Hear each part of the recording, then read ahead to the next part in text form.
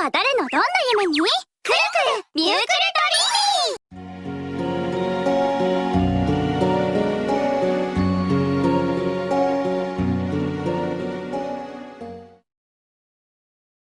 Hey everyone, and welcome back to another Sanrio and Magical Girl video. After many years of success with series like Onegai My Melody and Jewel Pet, it's no wonder that Sanrio once again wanted to make another Magical Girl show. In order to recapture that magic, all Sanrio had to do was look through their many characters. Enter Mewkledreamy, Sanrio's newest franchise in 2017. Mew is a fluffy pastel purple cat who lived in a sky world before coming to Earth. Making a wish to the moon, Mew is granted the ability to speak and befriends a human girl. If that isn't a cute origin story for a toy, I'm not sure what is. With such a cute design and dreamy origin story, Sanrio and JC staff got to work on a brand new anime series. Premiering in the cursed year of 2020, Mewkledreamy is a magical girl anime based on Mew's already existing origin. In the anime, she meets a girl named Yume, the typical sweet but airheaded type who is a wonderful friend to all. She and Mew travel through people's dreams to collect dream stones in the hopes of getting a wish of their own. But Yume must keep her adventures a secret, or else Mew will turn back into a normal stuffed animal. A naughty stuffed cat named Uni loves to cause trouble in the human world with his two little sidekicks. His mischief typically kickstarts Yume and Mew's magical adventures each episode. Of course, Yume has her own interpersonal relationships to deal with as well. Asahi is Yume's childhood friend and neighbor who has a slight crush on her. Myra is a super popular model and total jokester. She is my favorite. Kotoko is studious and obsessed with robotics. She'll be prepared for the AI overtaking of the world. You go, girl. Later, a sporty transfer student named Tokiwa also joins the group. These five are the leads of Mewkledreamy and the characters we will spend the most time with. Well, almost. Haruhito, the tennis pro and student council president, is an integral part of season 1 as he also has a plush partner, Uni. Yume has a crush on Haruhito, but he doesn't really pursue her until he becomes Uni's partner. After obeying the Queen of Nightmares, he becomes a major player in the story, becoming a huge part of Yume's fights and personal life. Despite not having any powers, Haruhito's childhood friend Yuri also plays a big part in the story.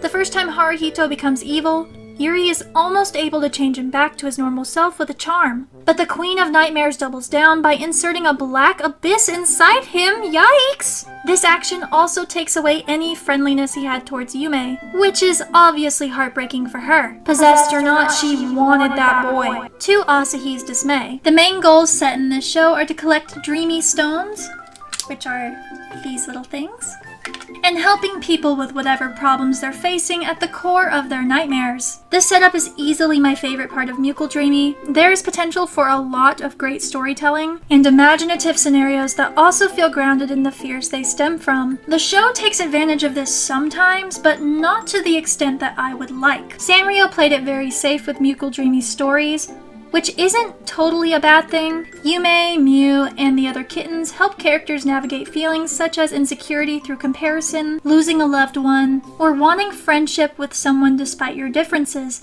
Yes, I am taking that from the dog episode Let Me Reach. These stories and how Mewkledreamy presents them are great, although I would have loved to have seen more complex topics that similar series have tackled. Sanrio's own Jewel Pet, which I have talked about on this channel, had episodes that tackled very serious matters but in a way children could understand, and I think Mewkledreamy could have done the same thing. You have a show where the main characters explore nightmares that typically stem from already existing fears. Why would you not fully explore that in ways that still keep the show kid-friendly?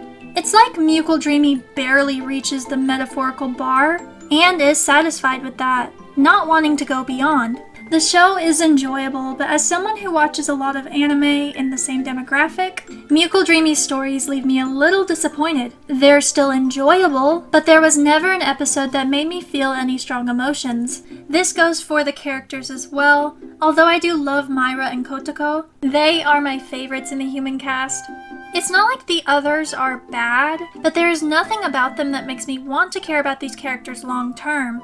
Yume, as adorable and sweet as she is, doesn't stand out as a protagonist. She's a sweet, ditzy blonde who loves to sleep, read shoujo manga, spend time with her friends, and think about her crush. Yume is a great friend who is totally clueless about her childhood friend's feelings, which is adorable. But so many shows have done this that it leaves me asking, what else is there? You're beautiful. Thank you. But what else? What else? Is beauty all that matters to you? Derek? What else? What else is there? That being said, out of the love triangle, I do prefer Yume and Asahi. He's the more interesting character, and I love their little Taylor Swift You Belong With Me bedroom setup. Their wholesome budding relationship is adorable, and clearly the one the show wants you to like. We'll come back to option 2 in a moment. Mewkledreamy is visually my favorite Sanrio show. The designs and color palette were made for me. The pastels and dreamy vibes are so pretty. That mixed with the plot made me so sure this would be my favorite Sanrio show, but so far it is not. Maybe the season 1 finale will change my mind. Spoilers ahead for season 1. Look at the timestamps below to find out where to skip. Thanks to insight from Yuri, Haruhito's childhood friend, we learn that he is insanely insecure thanks to his prodigy younger brother, who is currently attending college abroad. Haruhito is smart, but has never been able to measure up to his younger brother. Usually it's the opposite. I appreciate the unique take on sibling rivalry. Bro must also secretly want to be a theater kid, because at the end of the show, he takes on this Phantom of the Opera appearance as he casts his nightmare magic. Truly, I love his design, and I think the last few episodes are where Haruhito is the most interesting. So we know that Yume works with Mew and the Queen for the chance of having her wish granted, but Haruhito and the other Queen work together because they both have sibling issues. Okay, Haruhito's inferiority is understandable, but what did Lucia do to Lyra? She too is the older sibling with an inferiority complex, but she snaps when the Queen above the skies burns her pickled radish. Are you serious? You don't think that giving humans nightmares just because your sister messed up your snack time is a little dramatic? Really? I have no words. I have no words. With the Queen of Nightmares returning to good, Haruhito does as well after his partner begs Yume and Asahi for help. But it's not either of them that can save him. It's his childhood friend Yuri. Using a handmade dream catcher, she prays over him, and the magic of her gift saves his precious memories from being erased. I do not like Haruhito with Yume. They did not have chemistry in the way she and Asahi do, but his relationship with Yuri, bond with Uni, and struggles with feeling like he's not enough made me like him by the end of the show. With that, Yume and the others continue to live their normal lives, with their plush friends by their side, and moving up another year in school. Even though there are things I'd change about Mewkledreamy Season 1, I still think it's good. The show wanted to be an ultra cutesy magical time, and that's exactly what it is. I wanted a little more depth with the nightmare aspect of the show, but what we got wasn't bad. However, the biggest crime of the show that I haven't mentioned yet is that Yume is the only one who gets to be magical. Nobody else. Only Yume. Despite the fact that other people have magical plush partners, she's the only one that gets to transform and be all cute. Are you kidding me? That's crazy. 0 out of 10 choice. Why would you do that? Hi, welcome to the item segment. I hope you're enjoying the video so far. I have a few things to show you and I'm very excited. First, can we hear some commotion for the ears? Yes, the fit in general. The ears actually came with a little neck thing as well, but it was just too small for me, so I put it on one of my stuffed animals. A little rabbit looks so cute.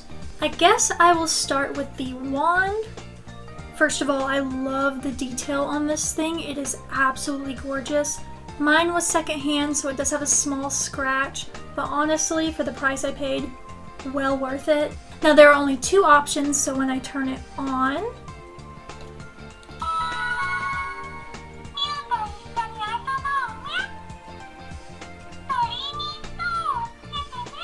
it asks you to put in the Dreamy Stone.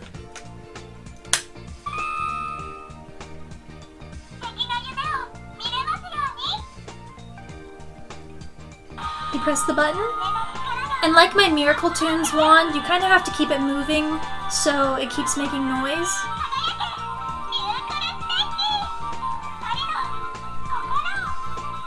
Do you feel magical yet? Because I sure do. Good vibes, good days for you. Yay! And that's all there is to this item. It's very cute. If I had a magic wand, I think I'd want it to look like this. And I'm very happy to have it in my collection. Now the compact, there is a little more to it. There's two different settings. One is the basic transformation and the other... I'm not sure, I actually haven't tested it yet, so let's find out. So we'll start with the transformation.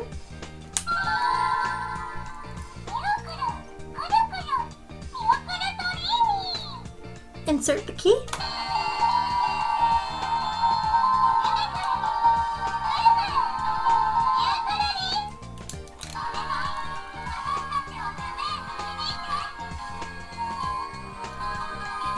We'll add this little stone.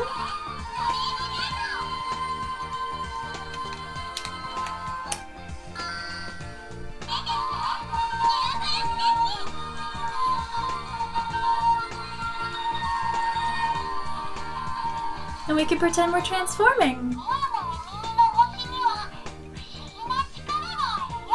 See, that is so cute. Oh my gosh, this item is absolutely precious. That was the first option. We can switch to option B. Hey, Hope from the future. I had major brain fog during this segment. The second option is a fortune-telling game. There's literally a whole episode about it. Don't know why I forgot that. So now I will demonstrate that for you.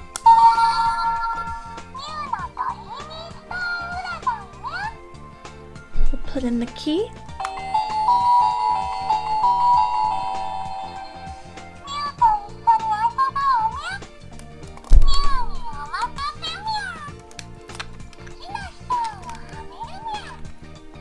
And we'll go with yellow.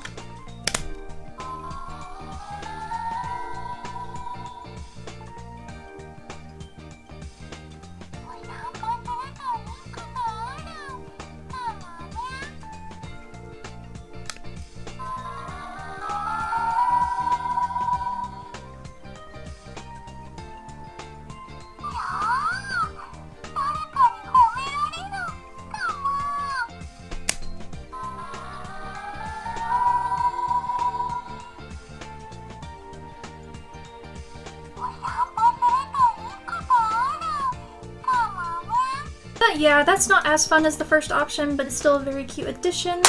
And honestly, I think this is one of the prettiest compacts that I own. The only one I think could compare is maybe the Tropical Rouge compact. I think it's very pretty. But yeah, again, I am super happy to have this in my collection. I love the colors, I love the gold, and then the pink. Whatever shade of pink this is, it's me. It's me! I love this shade of pink. And for the last item, I'm actually going to cut to the main camera so we can talk about what is on this DVD. So I forgot to record this part of the video, so let's yap for a second.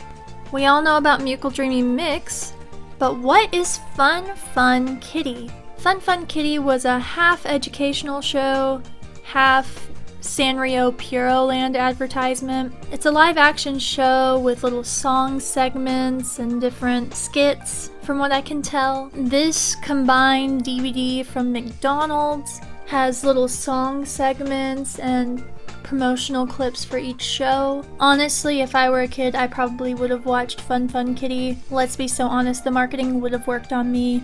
Honestly, it might be working on me right now. I want to go. I'm not super impressed with what's on this disc, but I might upload it either on my second channel or maybe the Internet Archive. Maybe, possibly, if there's any interest. It's still a very cool thing to have in my collection. I love weird little things like this. You could have gotten little hats. That's adorable. I hope you all enjoyed the item segment, and I hope you're looking forward to my discussion of season 2. And I hope you're enjoying the video so far.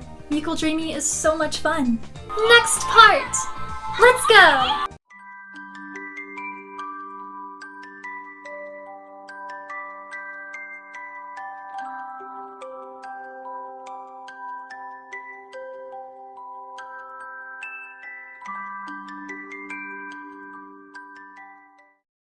Mewkledreamy 夢の力よ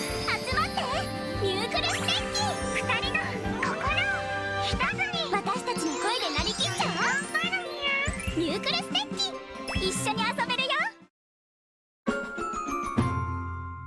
Season 2 opens with all of our lead characters getting access to a magical room, and Yume getting new magical items.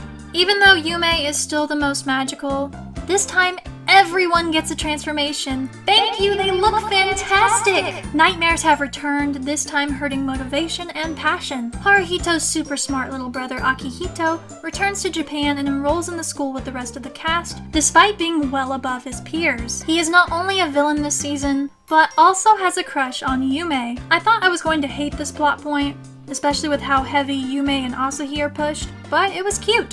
Akihito's little crush gives us a glimpse of how he's still childish despite his high IQ, and gives him a chance to grow by the end of the season when he accepts that he is not the one for Yume. This small part of his story made me really like him. However, Akihito isn't the only villain. Akumu, formerly Omoro, is the main causer of chaos this season. She used to be queen of the Mewkledreamy kingdom, but grew dissatisfied with her life. She was a thrill seeker, wanting to build an amusement park and always wishing to feel excited. Normal dreams no longer satisfied Omoro, so she turned to nightmares. Now her wish is to change hopes and dreams into nightmares in order to build Nightmare Land. Uni and his minions also join in on the fun, completely retconning his redemption at the end of Season 1. Mewkledreamy Mix loves to both reference Season 1, but also change what came before. Yume gets to have a redo on her wish, since hers was used to help her friends at the end of Season 1. Uni gets to be evil again, but not really, because he's just a little guy who doesn't want people to feel alone. Little things are tweaked, and that's fine, but the show also loves to go, "Remember when we did this? Season 1 adventures? Do you remember?" Like, yes we do! We remember! I was there, I watched it! We don't have time for constant callbacks! Especially considering a good portion of the show is live-action segments that have nothing to do with the plot. These two lovely ladies are Ichi and Naru, who sing Mix's opening and ending songs. They're decently popular performers, and while I think they're good at entertaining kids, I don't think these segments should have been replacements for the main show. These would be fine as extra online content, or a small segment at the end of episodes, but I don't like that we lost a lot of story time because Sanrio wanted to be cheap. Other than the returning Nightmares conflict, the biggest plot point of this season is the new baby! Cheer-chan is a cute little plush baby, and she was the main reason I was dreading this season. Adding babies to a show can be a sign that the writers are running out of ideas, but sometimes it can lead to some great stories. I think Hana from Ojumajo DREAMY, while annoying at times, was an overall good addition to the cast, so it can be done, and I'm happy to report that Cheer is not annoying! Yay! She's not a super interesting character, but she doesn't get on my nerves, and that's a win. Anyway, throughout the show, the group is healing people of their nightmares through cheer, calling upon the viewer for help every episode, reminding me more of the show's intended demographic. It's odd because Mix feels a lot more baby-fied compared to Season 1, despite sharing a similar plot. It's not my preference, but I'm not sure I can call this a bad thing. Sanrio likes to play every market, and they must have thought aiming even younger would help the show. But it does not help me, a grown woman, who binged this after work for a week. The show's finale is a surprisingly well-done battle with music, magic, the redemption of series villains, and the discovery of a new land belonging to Cheer, Mew, and Yume, who are declared the princesses of Mewkledreamy Land. Very cute, very on brand. But this isn't how the show ends. The show ends with a clip show episode, despite the season already having a lot of unnecessary content. The moment I thought the show was picking up, Sanrio had to end Mewkledreamy as a whole with a clip show episode. Come on! Mewkledreamy Mix did a lot of things right, but it also did a lot of things wrong. I'm so glad Cheer ended up being a pleasant character. I enjoyed the villains this season. I actually liked the romance, and I'm happy that the entire group got to be magical instead of just Yume. But the story backtracking and overall weird pacing issues kind of ruined it for me. It's such a shame that Mewkledreamy ended here because I think it's a lovely series. The aesthetic, characters, music, and focus on dreams were great. I truly think Sanrio and the rest of the team behind Mewkledreamy almost had something spectacular. My theory is that the pandemic hurt Mewkledreamy long term. COVID hit during season 1, and maybe by season 2 Sanrio had already given up, but didn't have another anime planned, so they just went ahead and made season 2, but cut corners any way they could. Not saying that's what happened, I just feel like that's what happened. Something went wrong here, and we still ended up with a messy but enjoyable show. Sadly, as of 2025, it doesn't look like Mewkledreamy will be back in the spotlight anytime soon. I wish that wasn't the case because I really do think Mewkledreamy has great potential and fantastic marketability. She is so cute! I want to explore dreams with a plush purple cat, don't you? That sounds like so much fun! Thank you to Cinnabon Autumn for being Safi's friend on Patreon. That's the tier where you get a shout out! And thank you for watching this video. I plan on doing more Sanrio content soon, so I hope you'll subscribe and check it out. Make sure to follow me on Instagram as well, where I post super cute content. And lastly, troop on Hopelets, stay adorkable. Bye!